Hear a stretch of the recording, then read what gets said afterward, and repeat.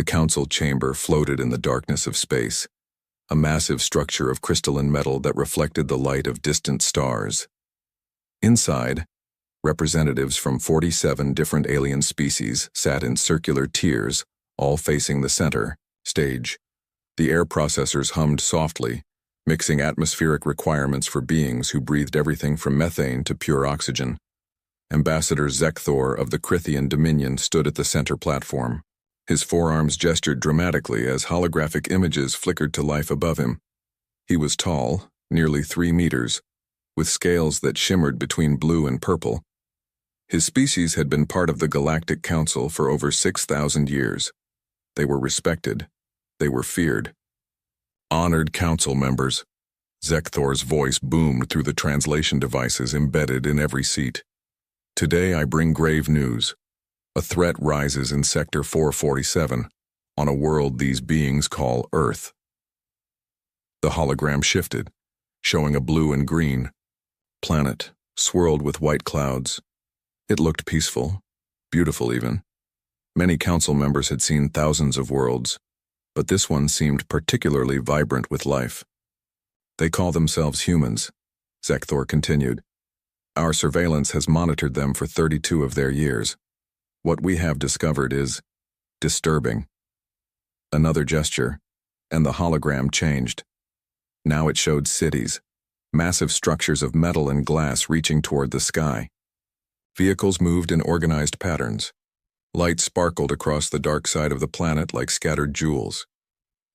They are aggressive, Zekthor said. They fight among themselves constantly. Even now they maintain weapons capable of rendering their own world uninhabitable. Nuclear devices, chemical weapons, biological agents. They have almost destroyed themselves 3 times in the last century alone. Murmurs rippled through the council chamber.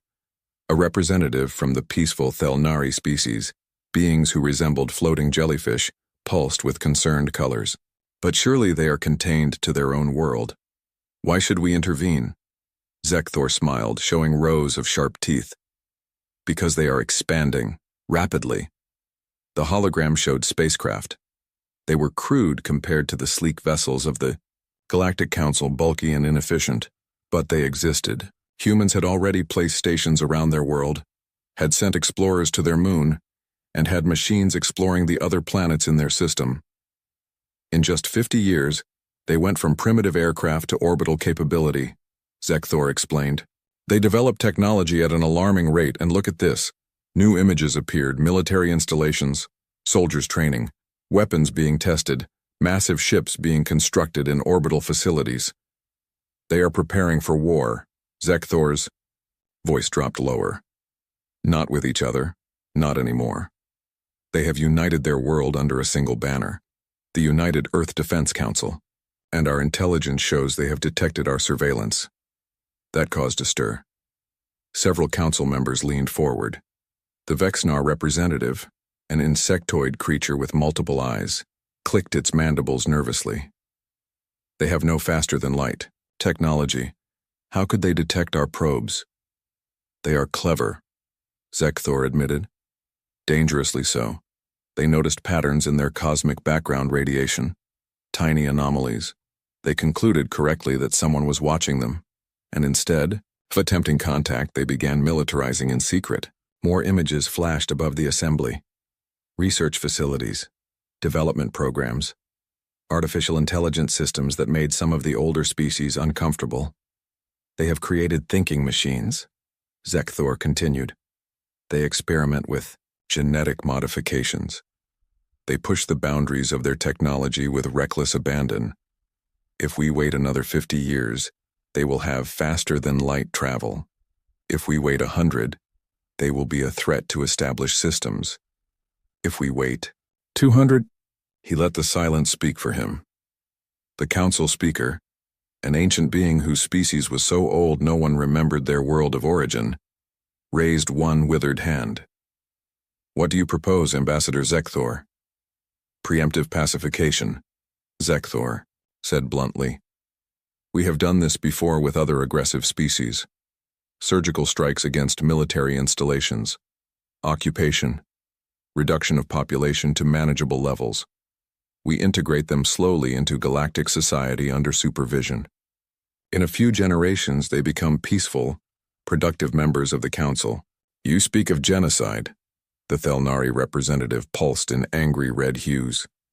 I speak of prevention, Zekthor countered. Better to clip the claws of a predator while it is young than face it when fully grown.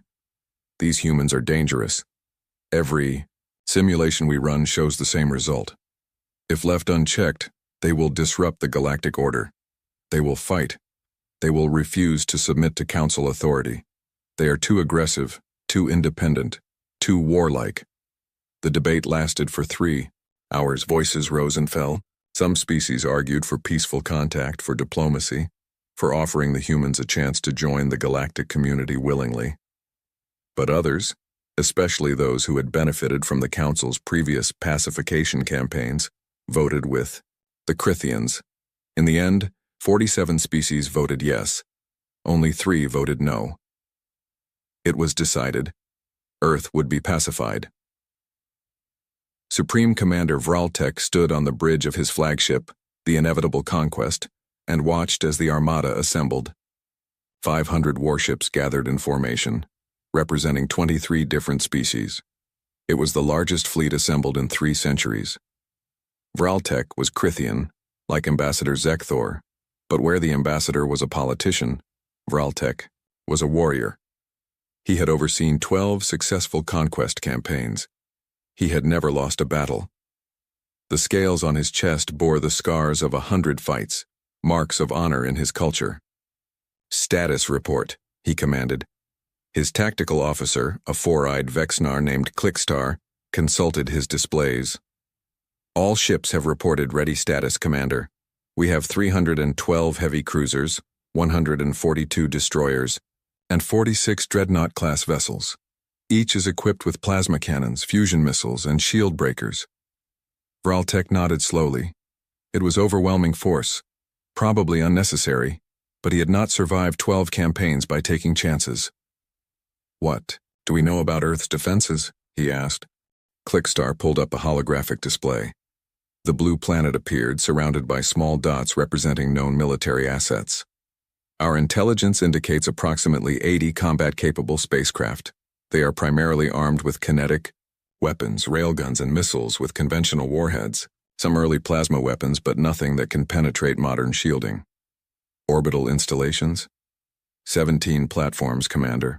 They are positioned around key population centers and industrial facilities, armed similarly to their ships. We have also detected a network of satellites, but they appear to be primarily communication and surveillance systems.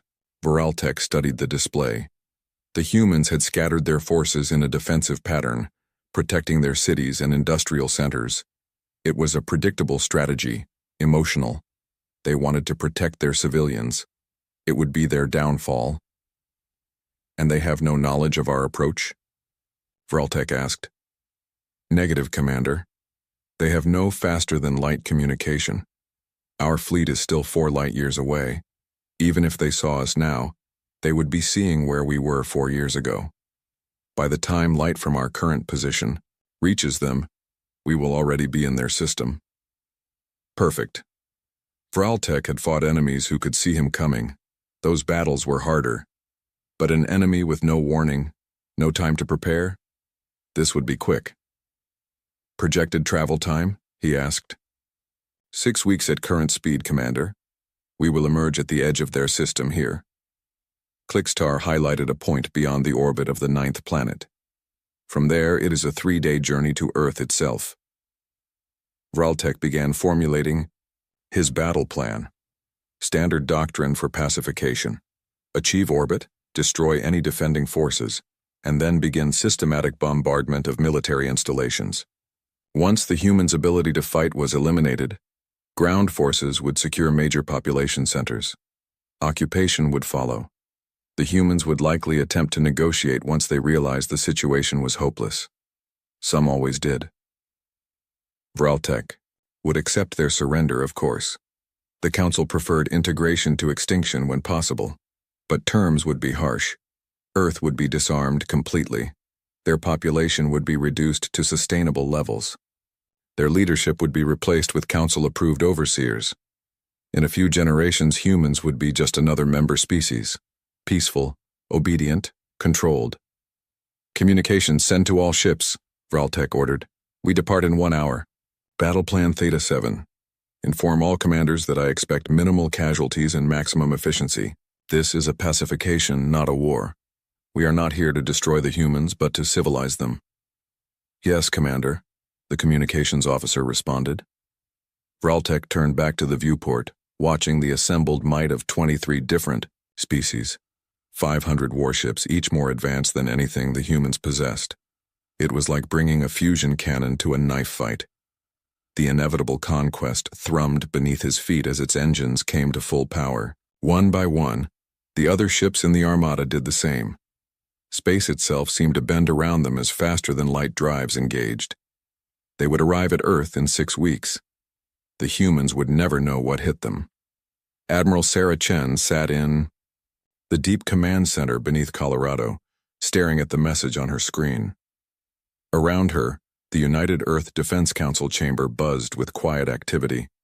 Staff members moved between stations, voices kept low despite the tension in the air. The message had come from Deep Space Probe 47, one of hundreds of automated sensors humanity had scattered throughout the outer solar system over the past 15 years. It was garbled, partially corrupted by some form of interference. But the core data was clear enough. Massive energy signatures, multiple sources, moving toward the solar system at faster than light speeds. Someone was coming.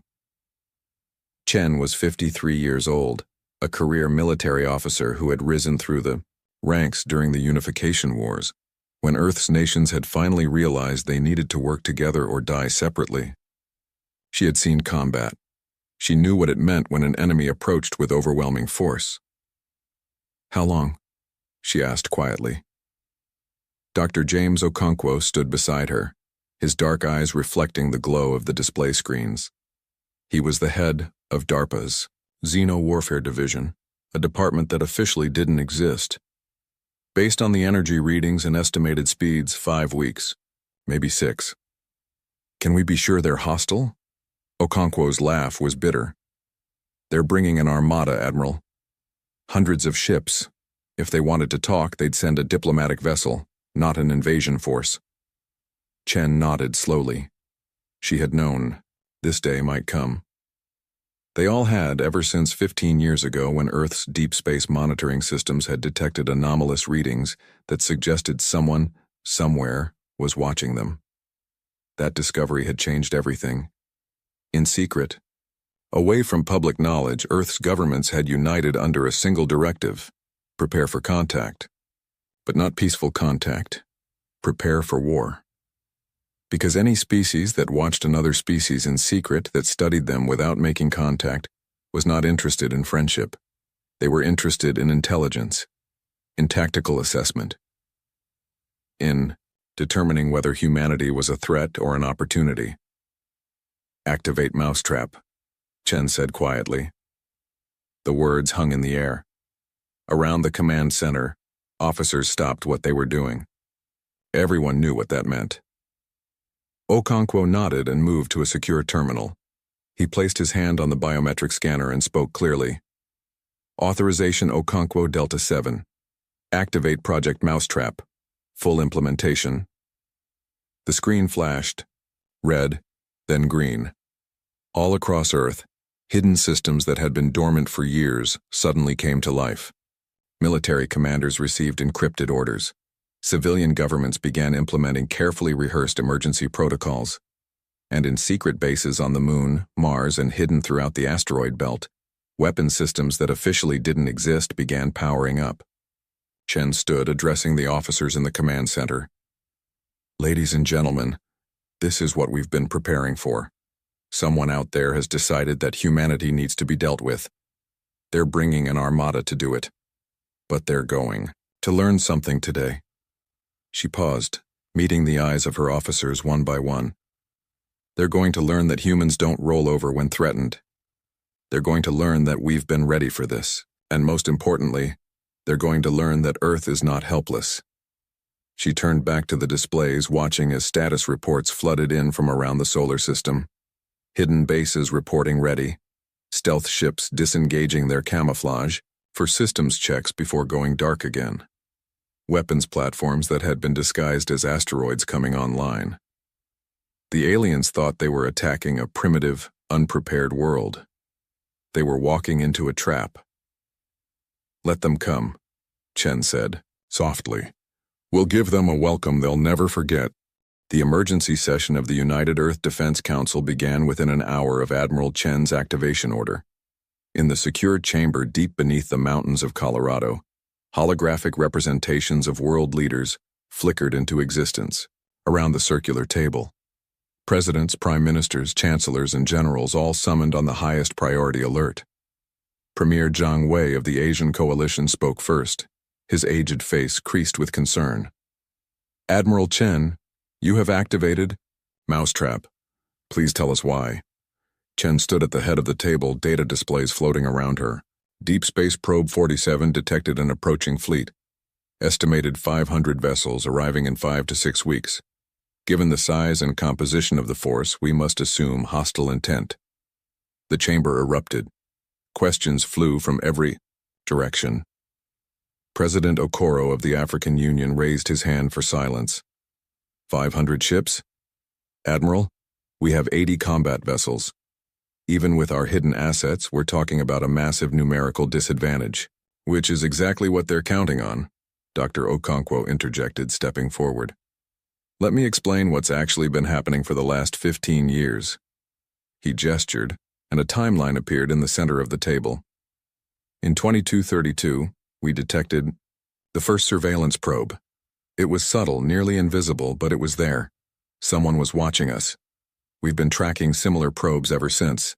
Whoever they are, they've been studying us for at least 3 decades. And you didn't think to inform us? Premier Zhang's voice was sharp. We informed those with clearance, Okonkwo replied calmly. Project Mousetrap was classified at the highest level for a reason. If our watchers suspected we knew about them, they might have acted sooner or changed their approach. We needed them to underestimate us. General Martinez of the America's Defense Force leaned forward. So what exactly is Mousetrap? Okonkwo smiled, grimly. Mousetrap is based on a simple principle. Our enemy has been watching us, studying our capabilities, assessing our threat level, so we gave them exactly what they expected to see. A divided, chaotic species with modest military capabilities, barely capable of defending our own orbital space. Another gesture, and new images appeared. They showed Earth's visible military assets. The 80 warships orbiting the planet. The 17 orbital defense platforms. The scattered bases on the Moon and Mars. This is what they see, Okonkwo continued. Primitive kinetic weapons, early plasma technology, defensive formations protecting population centers, a species that's barely achieved spaceflight, let alone posed a threat to anyone else. And the reality? President Okoro asked. Okonkov's smile widened. The reality is that for 15 years, every major government on Earth has been funneling resources into hidden military development. We've built weapons platforms inside hollowed-out asteroids. We've constructed shipyards on the far side of the Moon where their probes can't see. We've developed AI-controlled drone swarms, railgun networks with 100 times the power of what we've displayed, and experimental energy weapons that our visitors have no idea exist. The displays changed, showing the true extent of Earth's military capabilities. Hidden bases throughout the solar system. Stealth ships that had been operating in silence for years. Weapons platforms disguised as mining facilities or research stations. Admiral Chen took over. Our visible fleet of 80 ships? They're real, but they're also decoys. Our actual combat fleet numbers 230 vessels, all equipped with weapon systems our visitors have never encountered. We've been letting them watch us fight each other with restraint, using only conventional tactics. They have no idea what humans are capable of when we stop holding back. Chancellor Muller of the European Federation shook his head in disbelief. This is insane. You're telling me we've been running a 15-year deception operation against an alien species? Actually, Okonkwo said, we've been doing exactly what humans have always done best. We've been hunting, And the first rule of hunting is to make the prey think they're the predator. Chen pulled up a tactical display. Here's what's going to happen. When the alien fleet arrives, they'll see exactly what they expect. Our visible forces will scatter, appearing to panic. We'll broadcast evacuation, orders, show civilian chaos, make it look like we're a frightened, disorganized species with no real defense plan. But we'll be watching them, Okonkwo added, learning their formations, their tactics, their weapons capabilities, and we'll be positioning our hidden assets. When they commit to their attack, when they move close to Earth to begin their bombardment, we spring the trap, Chen finished. We hit them from every direction at once. Hidden platforms, stealth ships, drone swarms, weapons they've never seen before. We turn their invasion into an ambush. Premier Zhang studied the tactical display carefully. This is a massive risk, Admiral. If your plan fails, if they're more capable than you anticipate, Earth will be defenseless. With respect, Premier, Earth is already being attacked, Chen replied. They're bringing 500 ships to pacify us. That's not a word that suggests negotiation. Our choice is to fight smart or die predictably. I choose to fight smart. The council debated for another 2 hours, but in the end, the decision was unanimous. Mousetrap would proceed. Earth would spring its ambush. As the holographic representatives faded, Chen turned to Okonkwo. I hope we're right about this. We are, he assured her. We've spent 15 years studying every piece of data we could gather about galactic technology. We know their strengths, but more importantly, we know their weaknesses. Which are, they've been advanced for so long that they've forgotten how to innovate under pressure, Okonkwo explained. Their weapons, their tactics, they're all refined versions of the same basic principles. Energy weapons that can be shielded against, plasma that dissipates over distance, fusion missiles that can be intercepted. They fight in predictable patterns because those patterns have always worked. And we fight differently, Chen said. We fight like humans, Okonkwo confirmed. Asymmetric warfare, deception, using physics as a weapon instead of just energy. Our railguns fire solid projectiles at relativistic speeds. There's no shielding against kinetic energy. Our nuclear weapons don't rely on sophisticated technology, just raw destructive power. And our AI systems can coordinate attacks faster than any biological crew can react. Chen nodded slowly. Activate the broadcast protocols. Let's start feeding them exactly what they want to see. Throughout Earth's orbital space, carefully choreographed chaos began to unfold. The UEDF destroyer Thunderstrike broke formation suddenly, its engines firing erratically as it moved away from Earth. To alien sensors watching from light years away, it would look like panic, like a ship fleeing without orders. In reality, Captain Rodriguez was positioning his vessel exactly where Admiral Chen's battle plan required. He would be part of the first wave, the scattered defenders, who would draw the alien fleet into optimal attack range. On the moon, Commander Petrov oversaw the staged evacuation of Tycho Base. Personnel rushed to shuttles. Equipment was hastily abandoned. Lights flickered and died in certain sections. The alien surveillance would see a colony in panic, abandoning their homes in fear. But deep beneath the surface, in levels the aliens had never detected, crews were bringing online the most powerful weapons humanity had ever built. The railgun network could accelerate projectiles to 10% of light speed.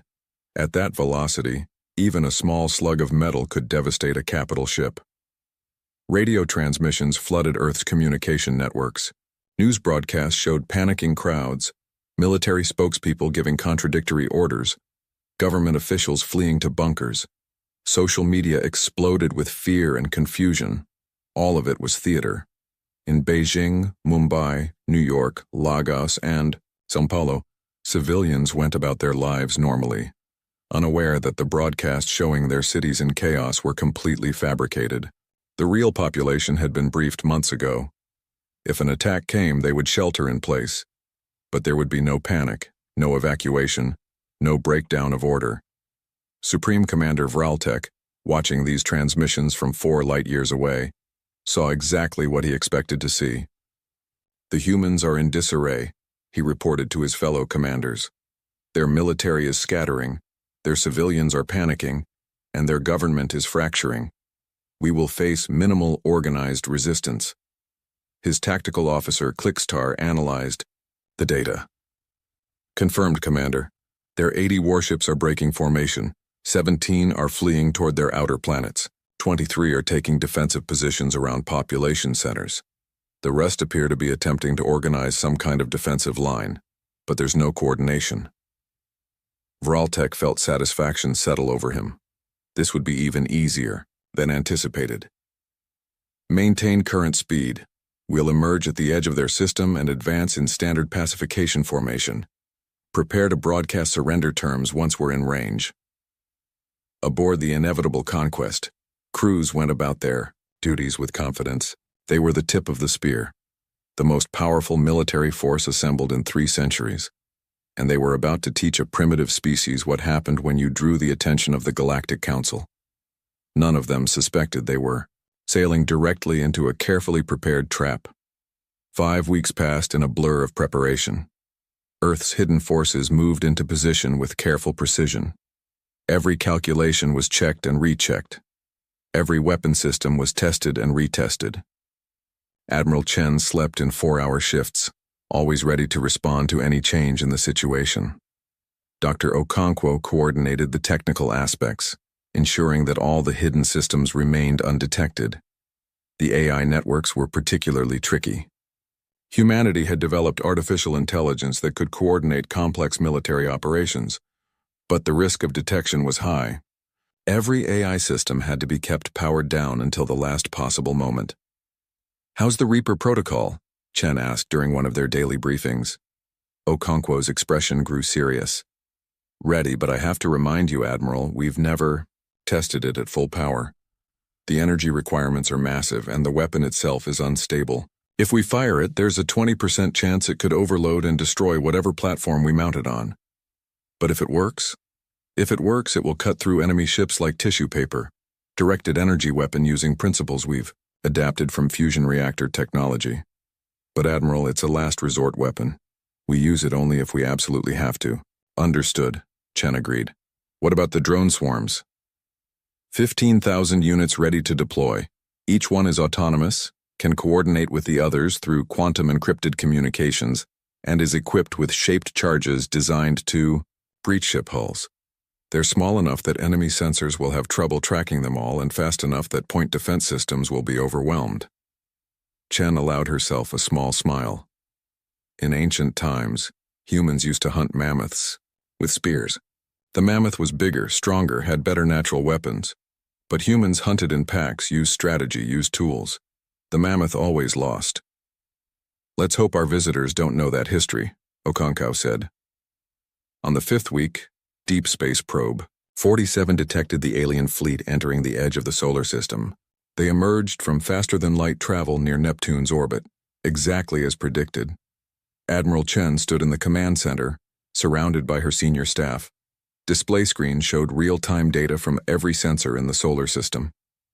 The alien armada was massive, overwhelming, exactly as terrifying as they'd been told it would be. "All stations, this is Admiral Chen," she broadcast on encrypted channels. "Enemy fleet has entered the system. All units maintain current positions. Do not, I repeat, do not break operational security. Let them come to us." She turned to her tactical officer. "Show me their formation." The main display shifted, showing the alien fleet spreading out into what was clearly a standard attack pattern. 3 main groups, approaching on different vectors. It was designed to overwhelm defenses by forcing Earth to split its forces. "They're doing exactly what we predicted," the tactical officer reported. "Primary force heading straight for Earth. Secondary force moving toward the Moon. Tertiary force taking position near Mars, probably to cut off any retreat." Chen nodded. "They're being cautious but confident. They expect us to defend our population centers, so they're positioning to strike all of them simultaneously." She watched as the alien fleet advanced deeper into the solar system, past Neptune, past Uranus, past Saturn, getting closer with every passing hour. Dr. Okonkwo stood beside, Her. His eyes fixed on the display. When do we activate? Not yet, Chen said quietly. Let them get close. Let them commit. The closer they are when we spring the trap, the more devastating it will be. The alien fleet crossed Jupiter's orbit. They were 3 days from Earth. Now, Chen opened a secure channel to all Earth forces, visible and hidden. All units, this is Admiral Chen. Enemy fleet will be in optimal range in 72 hours. At that time, we execute Mousetrap. Until then, maintain your positions and stay invisible. She closed the channel and allowed herself a moment of doubt. 500 enemy ships against everything humanity had built in secret. It should be enough. The math supported it. The simulations confirmed it. But simulations weren't reality, and the lives of every human in the solar system depended on being right. Admiral, Okonkwo said softly, they're hailing us. Chen straightened. Put it through. The main display shifted, showing Supreme Commander Vraltek. He was impressive, Chen had to admit. Nearly 3 meters tall, covered in scales that reflected the light from his ship's bridge, 4 arms folded across his chest. When he spoke, his voice was confident, almost bored. Humans of Earth, I am Supreme Commander, Vraltek of the Galactic Council Pacification Fleet. You have been deemed a potential threat to galactic stability. Surrender your world and accept Council oversight. Resist and you will be pacified by force. You have 1 rotation of your planet to respond. The transmission ended. Chen looked around at her officers. Some looked angry, some looked frightened. All of them looked determined. Draft a response, Chen ordered. Tell them we need time to consider, request additional information, ask for proof of authority. Standard diplomatic stalling tactics. And if they don't give us more time? Her communications officer asked. Admiral Chen smiled coldly. Then we give them something they'll remember forever. We show them that humanity didn't come from a peaceful world. We evolved as hunters, as warriors, as survivors, and we're about to remind the galaxy what that means. She turned back to the display, watching the alien fleet approach. They thought they were predators coming to cull a weaker species. They were about to learn who the real predators were. The alien armada crossed Mars's orbit in perfect formation. Supreme Commander Vraltek stood on the bridge of the inevitable conquest, watching the blue planet grow larger in the view screen.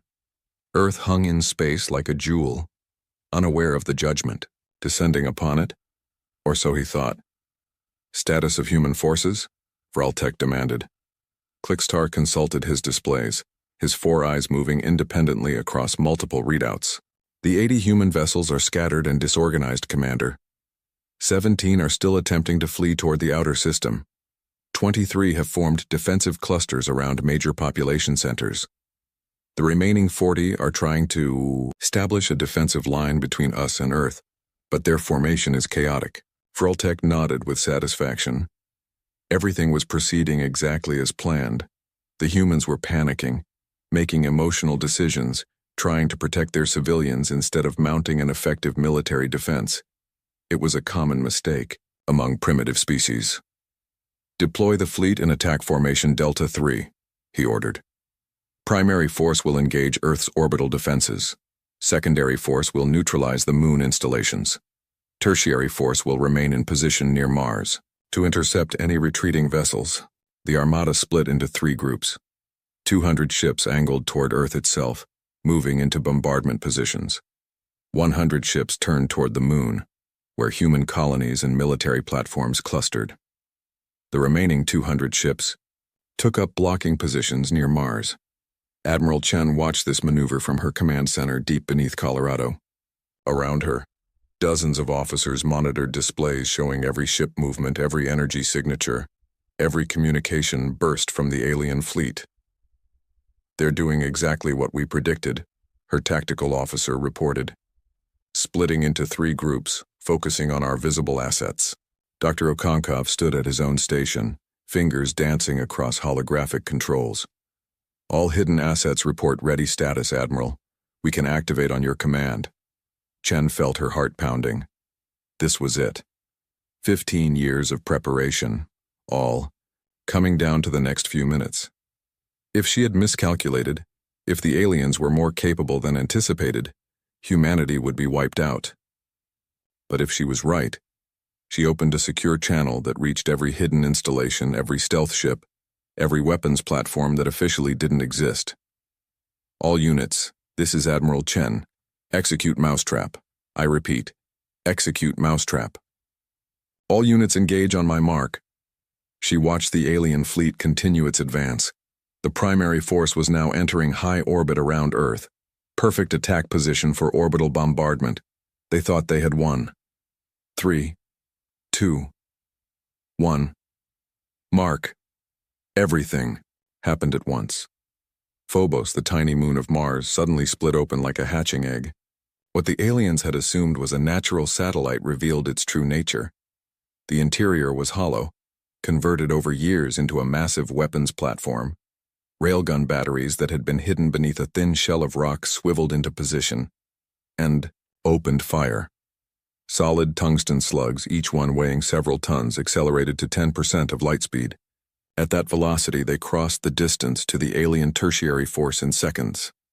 The aliens' energy shields, designed to deflect plasma and fusion weapons, did nothing against pure kinetic energy. The first slug hit a Crithian heavy cruiser, dead center. The impact released more energy than a small nuclear weapon. The ship didn't explode. It simply ceased to exist, vaporized instantly along with its crew of 300. Before the aliens could react, 15 more slugs tore through their formation. Ships died without time to even send distress signals. Supreme Commander Vraltek saw the tertiary force's status indicator suddenly blink to red, then black, gone. 16 ships destroyed in the first 3 seconds. What was that? He roared. Where did that attack come from? Mars's moon, Commander. Clickstar's voice was panicked. It's a weapons platform. The humans hollowed it out and... He never finished. All across the solar system, humanity's trap sprang shut. The asteroid belt came alive. What the aliens had assumed were natural rocks suddenly activated drives and weapon systems. 78 warships that had been hiding in plain sight, their surfaces camouflaged to look like asteroids, dropped their disguises and engaged engines. These were the real Earth warships. Larger than the defenders the aliens had been watching, armed with weapons humanity had kept secret. They had been waiting in the asteroid belt for weeks, undetected, patient. Now they struck. The tertiary force near Mars, already reeling from Phobos' attack, found itself surrounded. Human ships attacked from all directions, their railguns firing non-stop. The aliens tried to return fire, but their plasma cannons were designed for ship-to-ship combat at medium range. In the close-quarters chaos, they were almost useless. Meanwhile, around Earth, the moon revealed its own secrets. Commander Petrov had been waiting for this moment. The evacuation of Tycho Base had been a performance. Now, hidden doors opened. Across the lunar surface, missile silos rose from beneath layers of regolith. Defense turrets that had been dormant for years hummed to life.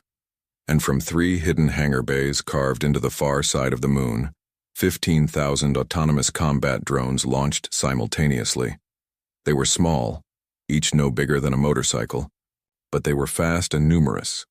Guided by AI systems that could coordinate their movements with inhuman precision, they swarmed toward the alien secondary force like a cloud of mechanical hornets. The aliens' point defense systems opened fire, destroying dozens of drones. But for every drone destroyed, 10 more closed in. They were too many, too fast, moving in patterns that seemed random but were actually calculated to overwhelm targeting systems. The drones reached the alien ships and clamped on with magnetic grips. Shaped charges detonated against hulls, boring through armor. Some drones found engine ports and detonated inside propulsion systems. Others targeted weapons batteries, sensor arrays, communication antennas. Within minutes, the secondary force was blind, crippled, and in chaos. Vraltek watched his carefully planned invasion disintegrate into disaster. Half his forces were engaged in desperate defensive battles. His tertiary force was being torn apart near Mars. His secondary force was drowning in drones. And his primary force, the 200 ships he personally commanded, hadn't even engaged yet. All ships, defensive formation, he ordered.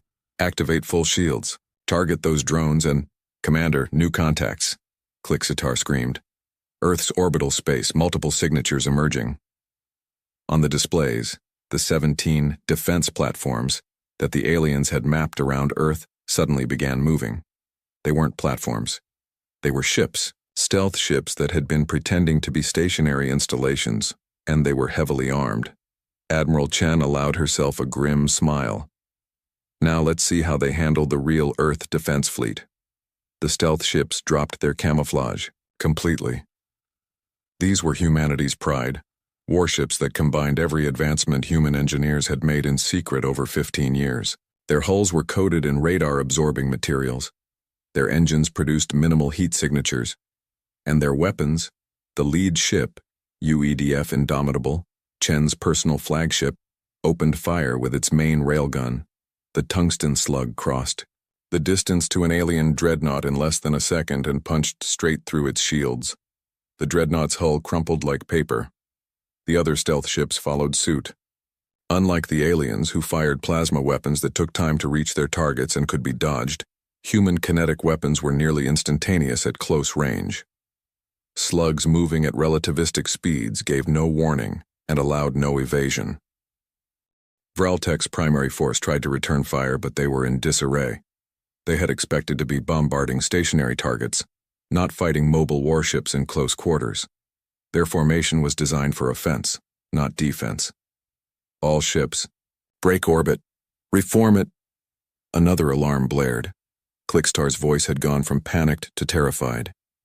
Commander, detecting weapons platforms throughout the asteroid belt. Multiple fixed installations coming online. They're everywhere. The asteroids that weren't ships were weapons platforms. Humanity had seeded the entire inner solar system with hidden defenses. Some were railgun batteries, others were missile silos. A few were even more exotic experimental weapons that Dr. Okonkow's teams had been developing. And all of them opened fire simultaneously. The alien armada, which had approached Earth expecting an easy victory, found itself in a killing field. Kinetic weapons struck from impossible angles. Missiles that had been drifting silently in space for weeks suddenly activated and slammed into ships. The humans' AI-coordinated attacks meant that every weapon, every drone, every ship was working together with perfect precision. The aliens, used to fighting in large formations with predetermined tactics, couldn't adapt. Their ships collided with each other trying to evade. Their communications were jammed by human electronic warfare systems. Their sensors were confused by chaff and decoys. In the first 20 minutes of combat, 180 alien ships were destroyed. Another 70 were damaged and drifting. The rest were scattered across Earth's orbital space, trying desperately to regroup. Supreme Commander Vraltek watched in horror as his fleet status board turned red. 300 ships lost or crippled. In 20 minutes. Against an enemy he had been told was primitive and unprepared. Fall back, he ordered. All ships withdraw to Mars orbit, we regroup and— Commander, we can't. Clixitar gestured at the tactical display with all four arms. The humans have mined the exit vectors. There are nuclear devices on delayed detonation timers drifting along every escape route. Vraltek stared. It was impossible. How could they have known exactly where his fleet would try to retreat? How could they have positioned mines along paths his fleet hadn't even entered yet? The answer was simple and terrifying. The humans had predicted everything. They had studied how the Galactic Council fought, had analyzed attack patterns from previous pacification campaigns, and had prepared for exactly those tactics. They had built their trap not around their own doctrine, but around the aliens' doctrine. A new transmission cut across all channels. Admiral Chen's voice calm and cold. Supreme Commander Vraltek. This is Admiral Sarah Chen of the United Earth Defense Force. You came here to pacify us, to teach us a lesson, to show us our place in your galactic order. On the main view screen, Chen appeared. She was smaller than Vraltek, a full meter shorter, her frame appearing fragile compared to his armored bulk. But her eyes burned with intensity. You forgot to do your research, she continued. You watched us for 30 years, but you only saw what we wanted you to see. You thought we were primitive, divided, weak. You thought we would panic when your fleet arrived. Behind her, the tactical displays showed the ongoing battle. Human ships moving in perfect coordination. Alien ships dying by the dozen. We are hunters, Commander. We evolved on a planet where we were not the strongest, not the fastest, not the most naturally armed. So we learned to think, to plan, to use tools and tactics. We learned to hunt prey that was bigger and more dangerous than us. And we always won. Vraltek felt something he had not felt in decades of combat. Fear. You came to our home, Chen said, her voice dropping to barely above a whisper but carrying absolute authority. You brought an armada to threaten our families, our children, our world. You expected us to surrender or die. She leaned forward, and Vraltek saw in her eyes something that made his blood run cold. It was the look of a predator that had cornered its prey. Instead, you're going to learn why you should never threaten Earth. You're going to learn that humans don't just fight back. We win. And then we make sure you never forget it. The transmission ended. Vraltek looked around his bridge. His crew was in shock. His tactical officer was trembling. His weapons officer was staring at displays showing impossible damage estimates. Commander, Klickstar said quietly, we have lost this battle. We must negotiate. Negotiate? Vraltek wanted to roar defiance, but his voice came out hollow. How can I negotiate? I command the greatest military force assembled in 3 centuries. I have never lost. I cannot. Commander, his communications officer interrupted. We're receiving surrender requests from our own ships. Multiple species are breaking formation, requesting permission to withdraw. The Thelnari contingent is broadcasting white peace signals. The Vexnar ships are powering down weapons. The coalition was breaking apart. The member species had joined this campaign expecting an easy victory. Faced with devastating losses, they were abandoning the fight. Vraltek looked at the tactical display one more time. His grand armada, the fleet that was supposed to civilize a primitive species, was shattered. 300 ships destroyed, another 100 damaged. And the humans? They had lost perhaps 20 vessels. 20 against his 500. It wasn't a battle. Admiral Chen had been right. It was an execution. Send a transmission, Vraltek said, his voice barely audible. Request terms. The mighty Krithian warrior who had conquered 12 worlds lowered his head in defeat. On Earth, Admiral Chen received the message and smiled coldly. Now, she said to her officers, now we make sure they understand exactly what happens when you threaten humanity. The battle for Earth had lasted 23 minutes from first shot to Vraltek's surrender request, but the war was far from over. Admiral Chen stood in the command center, studying the tactical displays. The alien fleet was broken, but not destroyed. Approximately 300 ships remained combat-capable, though many were damaged. They were scattered across Earth's orbital space, some attempting to regroup, others drifting without orders as their crews struggled to comprehend their defeat. Status of our forces? Chen asked. Her tactical officer pulled up the data. 23 ships lost, Admiral. 41 damaged but operational. The drone swarms have suffered 60% casualties, but the remaining units are still functional. Hidden platforms at 97% operational status were in good shape. Chen nodded. Good shape. They had just defeated an invasion force 5 times their visible size and lost only 23 ships. But 23 ships meant thousands of human lives, thousands of people who had believed in the plan, trusted in the strategy, and paid the ultimate price. She would mourn them later. Right now, she had a war to finish. Tactical, I want a threat assessment. Which alien ships are still capable of threatening Earth? The display shifted, highlighting vessels in red, yellow, and green. Red for immediate threats, yellow for potential threats, green for non-combatants. Approximately 60 ships still have full weapons capability, the tactical officer reported. Most of those are attempting to withdraw toward Mars. Another 80 have partial weapon systems but are protecting damaged vessels. The remainder have signaled surrender or are attempting to flee the system. Dr. Okonkwo appeared at Chen's side. We're receiving multiple transmissions from the alien fleet. Several species are broadcasting on open channels, requesting immediate cessation of hostilities. The Thelnari are offering formal surrender. The Vexenar are claiming they were coerced into joining the fleet. Coerced or not, they came here to destroy us, Chen said coldly. But we're not going to slaughter them. That's not who we are. However, we are going to make sure they understand the consequences of threatening Earth. She opened a command channel. All Earth forces, this is Admiral Chen. Battle plan shift to pursuit and containment. Do not fire on vessels that have surrendered. Do engage any ship that attempts to target Earth or remains in an aggressive posture. I want those ships driven out of our system, and I want them to carry our message home. Around Earth's orbit, human forces began their pursuit. The stealth ships, faster and more maneuverable than the alien vessels, herded the scattered fleet like wolves pursuing deer. Any ship that attempted to reform or present weapons received a warning shot across their bow. Those that ignored warnings received devastating kinetic strikes.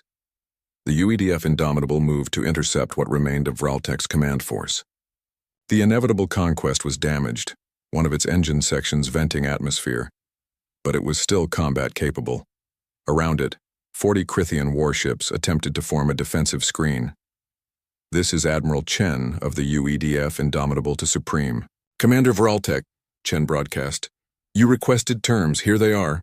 You will immediately order all ships under your command to power down weapons and withdraw beyond Mars orbit. You will then leave this system and return to your council. Non-negotiable. There was a long pause before Vraltek's reply came.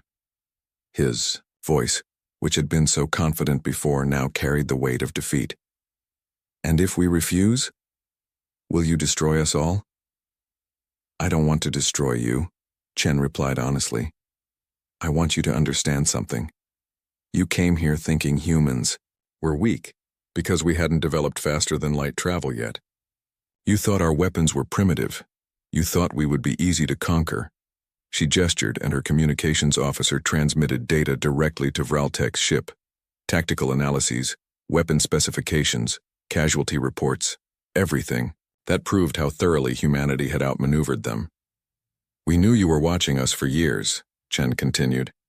We let you think you understood us. Every military exercise you observed, every defense system you detected, every tactical decision we broadcast, it was all calculated to make you underestimate us. You didn't invade Earth, Commander. You walked into a trap that took us 15 years to prepare. On the inevitable conquest bridge, Vraltek stared at the data. The human weapon systems were ingenious, their tactics were brilliant, and their coordination was flawless. But what truly shook him was the timeline. 15 years. They had known about galactic civilization for 15 years, and spent that entire time preparing for war. What kind of species did that? You are predators, he said quietly. Yes, Chen acknowledged. We are. We evolved on a world where everything wanted to kill us. We survived by being smarter, more adaptable, and more ruthless than anything else on our planet. You thought that made us dangerous to the galaxy. You were right to be concerned. But you made a mistake. What mistake? You decided to attack, instead of trying to understand us, Chen said. If your council had approached us peacefully, offered trade and alliance, we would have been your friends. Humans are capable of great compassion, Commander. But when you threaten our home, our families, our survival, we become something else entirely. She paused, letting her words sink in. We become what you see now. We become hunters, and you became prey. Vraltek looked around his bridge. His crew was defeated, broken. Ships that had never known loss were destroyed. A military doctrine that had worked for thousands of years had been torn apart in minutes by a species that wasn't supposed to be a threat for another century. I will order my ships to withdraw, he said finally.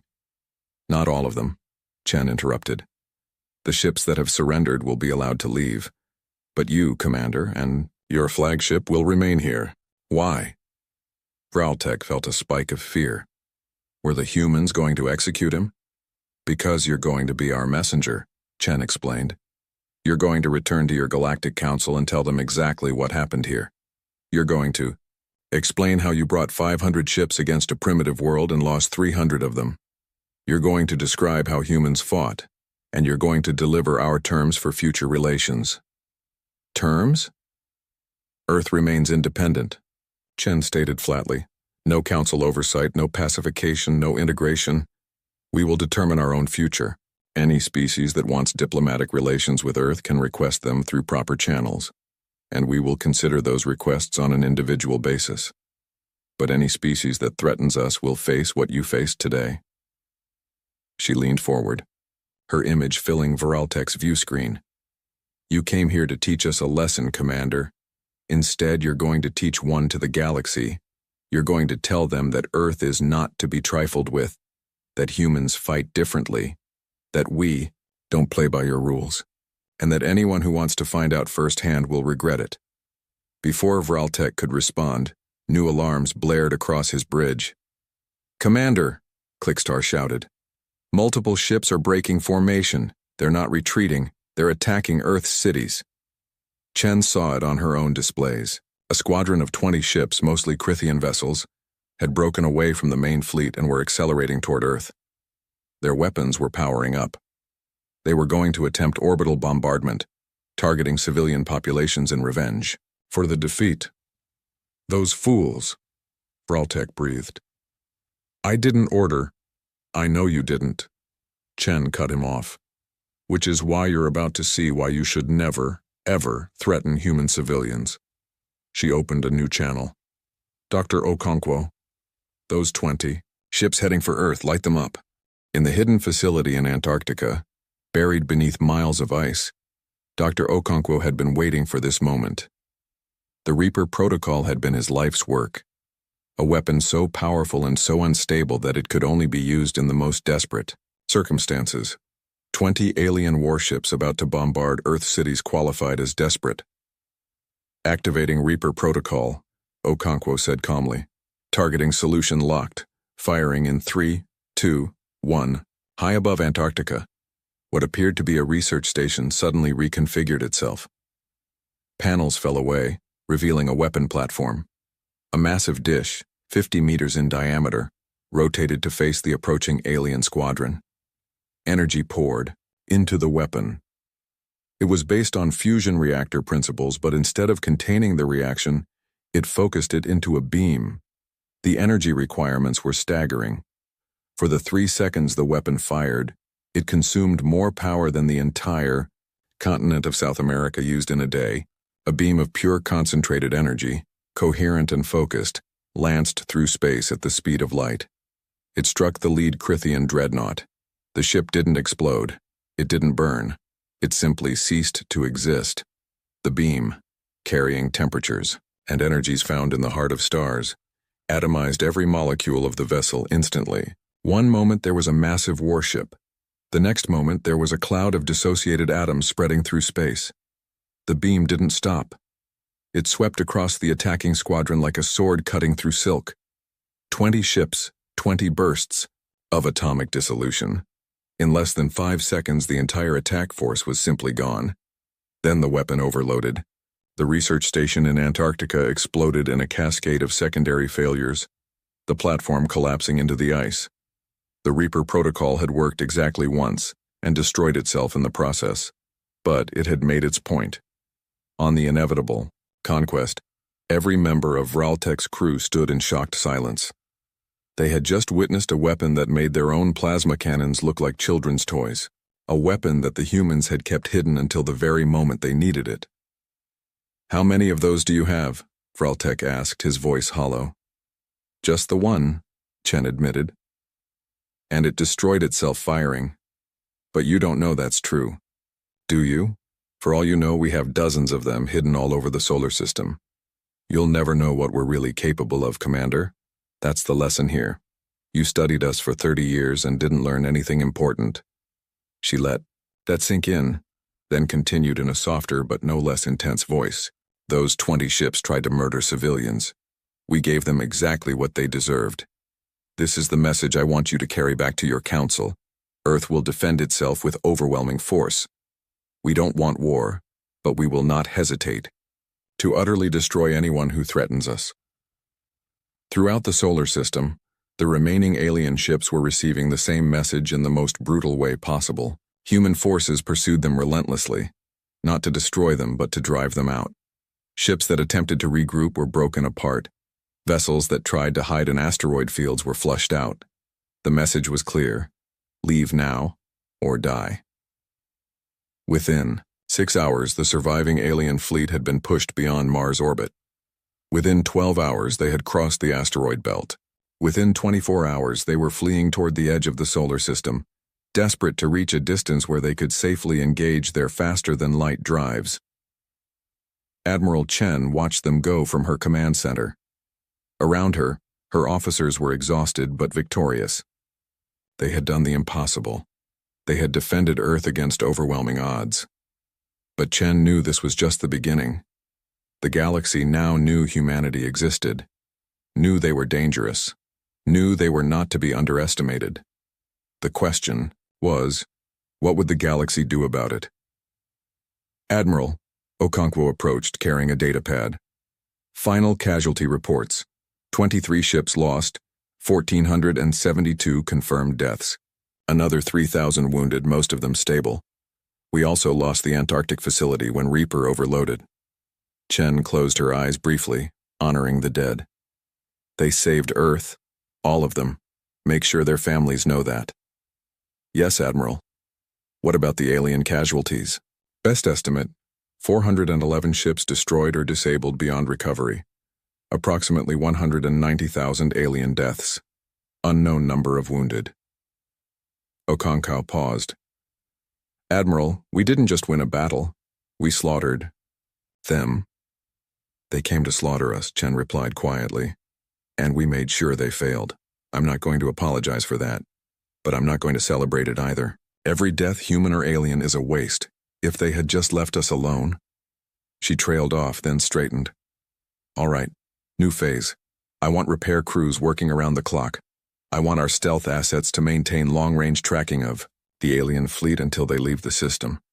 I want our diplomats preparing for contact with species that might want peaceful relations. And I want our engineers designing new weapons, new ships, new defenses. You think they'll come back? Okonkwo asked. Chen looked at the stars visible through the command center's observation ports. Somewhere out there, hundreds of alien species existed. Some might be friendly, others might be like the Crithians, seeing humanity as a threat to be eliminated. They'll either come back to destroy us or to learn from us, she said. Either way, we need to be ready. Today we proved humans can defend their home. Tomorrow, we need to prove we can stand among the stars as equals. She turned to face her officers. This was the easy part. We knew what the enemy wanted and we prepared for it. Now comes the hard part, figuring out how to live in a galaxy that knows we're here, knows we're dangerous, and is scared of us. Maybe that's not such a bad thing, Okonkwo suggested. Fear is respect, in its own way. Maybe, Chen agreed. But fear also breeds hostility. We need allies, not just enemies too afraid to attack us. On the view screen, the last of the alien fleet winked out as they jumped to faster-than-light speeds, fleeing the Sol system in shame and terror. Earth had won its first interstellar war. But Admiral Sarah Chen knew that the real challenges were just beginning. The galaxy had learned that humanity was not to be underestimated. Now humanity had to learn how to live with the consequences of that lesson. 3 months had passed since the Battle of Earth, as historians were already calling it. 3 months of frantic rebuilding, diplomatic preparation, and military reinforcement. Admiral Sarah Chen had barely slept during that time, coordinating Earth's response to its sudden and violent introduction to galactic politics. Now, standing in the command center, she watched the final phase of her plan unfold.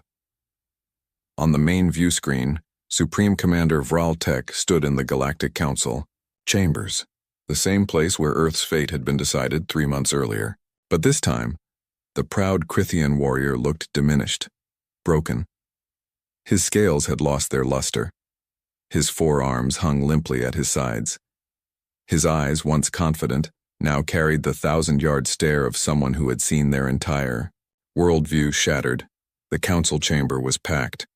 All 47 member species were present, along with dozens of observers. News of the fleet's destruction had spread across the galaxy like wildfire. Everyone wanted to hear firsthand what had happened. The council speaker, that ancient being whose species was lost to history, raised one withered hand for silence.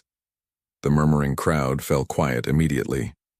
Supreme Commander Vraltek, the Thieu speaker's voice was thin but carried authority. You led a pacification fleet of 500 ships against Earth. You were expected to return victorious in a matter of days. Instead, you returned 3 months later with 89 damaged vessels, and tales of catastrophic defeat explain. Vraltek stepped forward slowly. In the command center on Earth, Admiral Chen watched intently. This was the moment everything had been building toward. The battle had been won with weapons and tactics, but the war would be won with words and perception.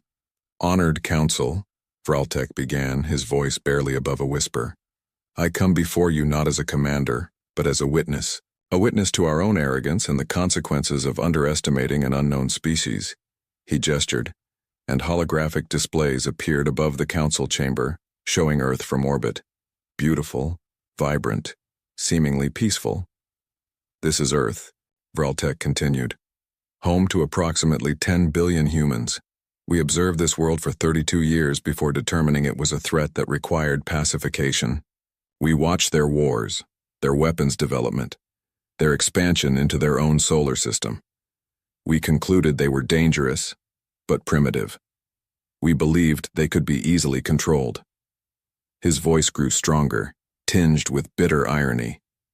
We were wrong about everything. New images appeared. The alien fleet approaching Earth in perfect formation, confident and overwhelming. Then the ambush. Phobos splitting open, revealing massive weapons. Asteroids transforming into warships. The moon launching swarms of drones. The carnage that followed. The council chamber erupted in shocked exclamations. Many of the delegates were seeing this footage for the first time, and the devastation was stunning. They knew we were coming, Vraltek said over the noise. Not just suspected. They knew, and they spent years preparing. Everything we observed, everything we analyzed, was part of an elaborate deception. They let us see a weak, scattered defense force while hiding their true capabilities. Ambassador Zekthor, who had argued for the pacification campaign, stood abruptly. This is impossible. Our surveillance was thorough. How could they have hidden all of this? Because they are more clever than we gave them credit for, Vraltek replied coldly. Because they understood how we think, how we fight, how we make decisions. And they used that understanding against us. The holographic display shifted, showing the tactical analysis of the battle. The way humanity had positioned its forces, predicted alien movements, and executed an ambush that turned a 5-to-1 numerical advantage into a massacre. They fought like nothing we have ever encountered, Vraltek continued. Our weapons rely on energy on plasma and fusion. Theirs rely on physics. They accelerate solid projectiles to relativistic speeds. There is no shield against kinetic energy. Our ships were designed to fight in open space at medium range. They forced us into close quarters where our advantages meant nothing. He paused, his voice dropping. In 23 minutes of combat, we lost 300 ships, not damaged, not disabled, destroyed, atomized, gone. We lost another 100 ships throughout the day as we attempted to flee. In total, 411 vessels were destroyed, and approximately 190,000 personnel died. The silence in the council chamber was deafening. And the humans?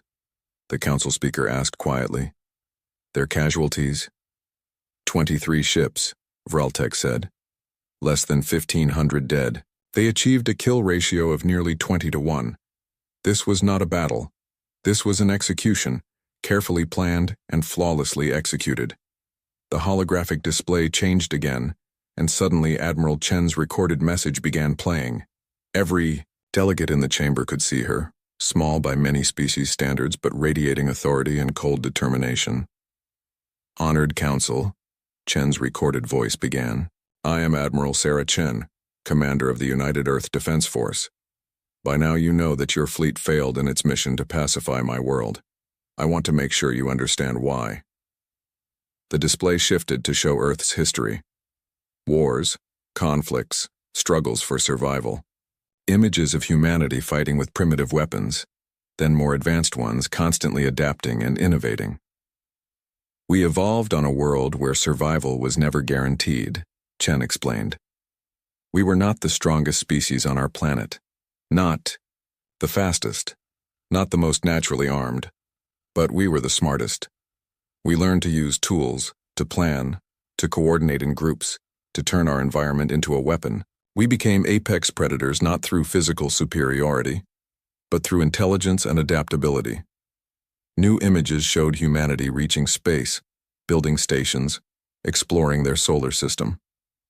When we detected your surveillance 32 years ago, we had a choice, Chen continued. We could attempt peaceful contact or we could prepare for war. We chose to prepare, not because we are inherently violent, but because any species that watches another species in secret, that studies them without making contact, is clearly assessing them as a potential threat or target. The delegates shifted uncomfortably. Several species that had participated in the surveillance exchanged guilty looks. So we prepared. Chen's voice grew harder. We studied your technology as best we could. We analyzed your military doctrines from historical records we discovered. We developed weapons specifically designed to counter what we believed you would bring. And we staged an elaborate deception, making you think we were weaker than we were. Footage of the battle played again, but this time from human perspectives. The careful positioning of forces, the timing of the ambush, the coordination between different units. It was clear that every element had been planned to the smallest detail. You underestimated us, Chen said bluntly. You thought primitive weapons meant primitive tactics. You thought lack of faster-than-light travel meant lack of strategic thinking.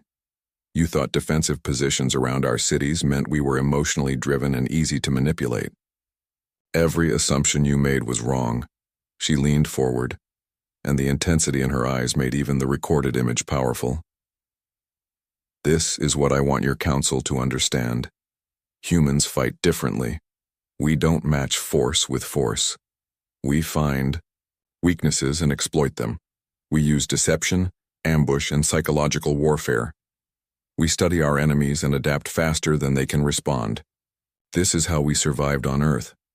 This is how we fought each other. And this is how we will fight anyone who threatens us.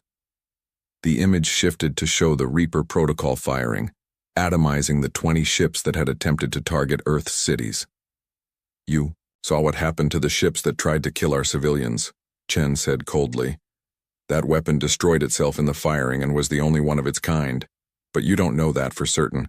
You'll never know what other weapons we have, hidden. What other surprises we've prepared. That uncertainty will haunt you. She paused, then her expression softened slightly. But I'm not here to threaten you. I'm here to propose terms for coexistence. Earth wishes to remain independent. No council oversight, no integration, no pacification. We will handle our own affairs. However, we are not opposed to diplomatic relations with species that approach us peacefully and respect our sovereignty. The council chamber's massive doors appeared in the hologram, and Chen gestured toward them. Any species that wants trade, cultural exchange, or alliance can send diplomatic delegations to Earth. We will consider each request individually. We are capable of being friends and allies, but we are also capable of defending ourselves with overwhelming force. The choice of which humanity you meet is entirely up to you. Her expression hardened again. But make no mistake, any species that threatens Earth, that attempts what your council attempted, will face the same fate as Supreme Commander Vraltek's fleet. We will not hesitate. We will not hold back. And we will make sure you regret it. The hologram shifted, one final time, showing Earth from orbit, now visibly bristling with defenses that humanity no longer bothered to hide.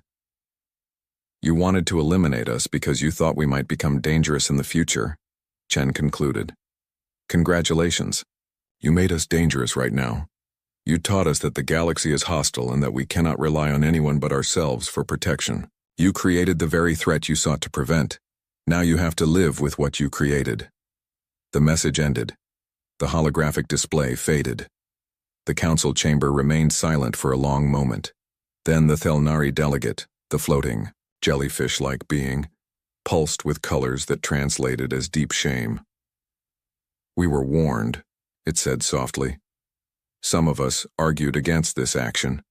We said that pacification was wrong, that peaceful contact should be attempted first. But we were outvoted. And now we pay the price, the Vexnar delegate clicked. 400 ships lost, 190,000 dead. And for what? The humans are still independent, still armed, and now they know we are hostile.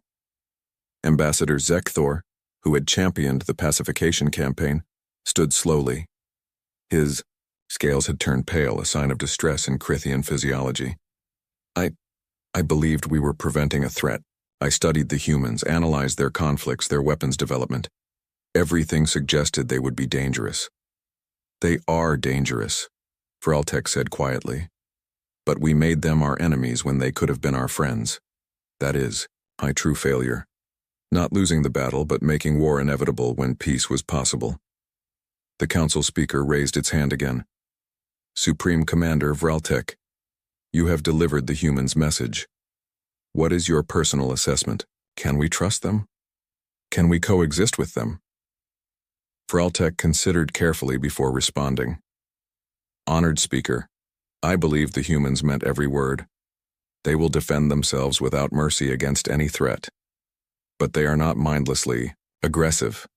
They offered surrender terms to our ships. They could have destroyed my flagship, but they let me live to deliver this message. They could have pursued our retreating forces beyond their system, but they let us go once we fled. He gestured at the now empty holographic space where Chen's message had played. They are warriors, yes. Perhaps the most dangerous warriors in the galaxy, but they also showed restraint when they could have chosen vengeance. I believe if we approach them peacefully, they will respond peacefully. But if we threaten them again... He didn't finish. He didn't need to. Everyone had seen what happened when humanity felt threatened. The council speaker nodded slowly. Then let it be recorded. Earth is hereby recognized as an independent world. No council species will attempt pacification, integration, or conquest. Diplomatic contact will be permitted for species wishing to establish peaceful relations, and this council will send an official delegation to formally apologize for the unauthorized attack. Unauthorized? Zekthor's voice rose. The council voted. The council was misled, the speaker interrupted firmly. By incomplete intelligence and biased analysis. This body authorized pacification of a primitive threat. Instead, we attacked a sophisticated species capable of defending itself. The responsibility for this disaster lies with those who provided the intelligence and advocated for war. Zekthor's scales turned even paler. He knew what was coming. Ambassador Zekthor of the Crithian Dominion, the speaker continued. You are hereby removed from your position and will face inquiry by your own government. Supreme Commander Vraltek, while you followed orders, your intelligence failures contributed to this catastrophe. You are relieved of command pending review. Both Crithians bowed their heads in acceptance. Their careers were over. Their reputations were destroyed. But they were alive, which was more than could be said for the 190,000 who had followed them into battle. The council speaker turned to address the full assembly. Let this be a lesson to all species present. We are not the only intelligent life in the galaxy, nor are we inherently superior. The humans have proven that technological advancement is not the only measure of a civilization's capability. They defeated us through strategy, adaptability, and sheer determination to survive. The ancient being's voice grew somber. We sought to pacify them, because we feared what they might become. Instead, we discovered what they already were: survivors, strategists, warriors, and now potential allies or eternal enemies depending entirely on how we proceed. On Earth, in the command center, Admiral Chen watched the proceedings with satisfaction. The message had been delivered. The Council had accepted defeat. Earth was recognized as independent. Dr. Okonkwo stood beside her. We did it. We actually did it. Humanity is safe. For now, Chen replied. This was just the first test. There are thousands of species out there. Some will respect us, some will fear us, some will hate us. We need to be ready for all of them. Are we going to build more ships, more weapons? Okonkwo asked. Yes, Chen confirmed. But we're also going to build diplomatic corps, trade delegations, cultural exchange programs. We proved we can fight. Now we need to prove we can coexist. She turned away from the view screen showing the council chambers. The galaxy just learned that humanity is not to be trifled with. But if that's the only thing they know about us, we'll end up in an arms race that benefits no one. We need allies. We need trade partners. We need to show them that humans can be friends as well as warriors. You think they'll forget what we did to their fleet? Okonkwo asked skeptically. Chen smiled slightly. I don't want them to forget. I want them to remember forever that humans can be dangerous when threatened. But I also want them to see that we can be valuable allies, innovative traders, and interesting neighbors. Fear is a good foundation, but we can't build a civilization on fear alone. She looked around the command center at her officers, the men and women who had helped pull off the most successful ambush in military history. We've proven we can survive first contact with hostile aliens. Now comes the harder part, figuring out how to thrive in a galaxy that knows we exist. On the main view screen, the council had moved on to other business, but Chen noticed that every time a delegate spoke, they glanced at the space where Earth's message had played. The memory of humanity's victory would haunt the Galactic Council for generations, and that was exactly what Chen wanted. 3 months ago, Earth had been a secret, a primitive world that the Council thought it could simply erase. Now Earth was a name that carried weight, a species that commanded respect, a force that could not be ignored or underestimated. Admiral Sarah Chen allowed herself a moment of satisfaction. Then she got back to work. There were diplomatic protocols to establish, trade agreements to negotiate, and 1,000 other details involved in integrating a species into galactic civilization on their own terms. The Battle of Earth was over, but humanity's real journey into the stars was just beginning. In the command center's observation deck, looking at the stars, Chen made a silent promise to all the humans who had died defending their world. You saved us. You gave us a chance to stand among the stars as equals, not as conquered subjects. We will honor your sacrifice by building a future worthy of the price you paid. Outside, Earth spun silently in space, its new defense platforms glittering like a steel crown. The planet that had been marked for pacification now bristled with weapons and determination. The galaxy had learned its lesson. Earth was off limits. And humanity, the species that had evolved as hunters on a dangerous world, had proven that they could hunt among the stars as effectively as they had hunted on their home planet. The universe had wondered if they were alone. Now they wondered if they should have left humanity alone. It was too late for that. Earth was on the galactic stage now, and humanity would never be ignored again.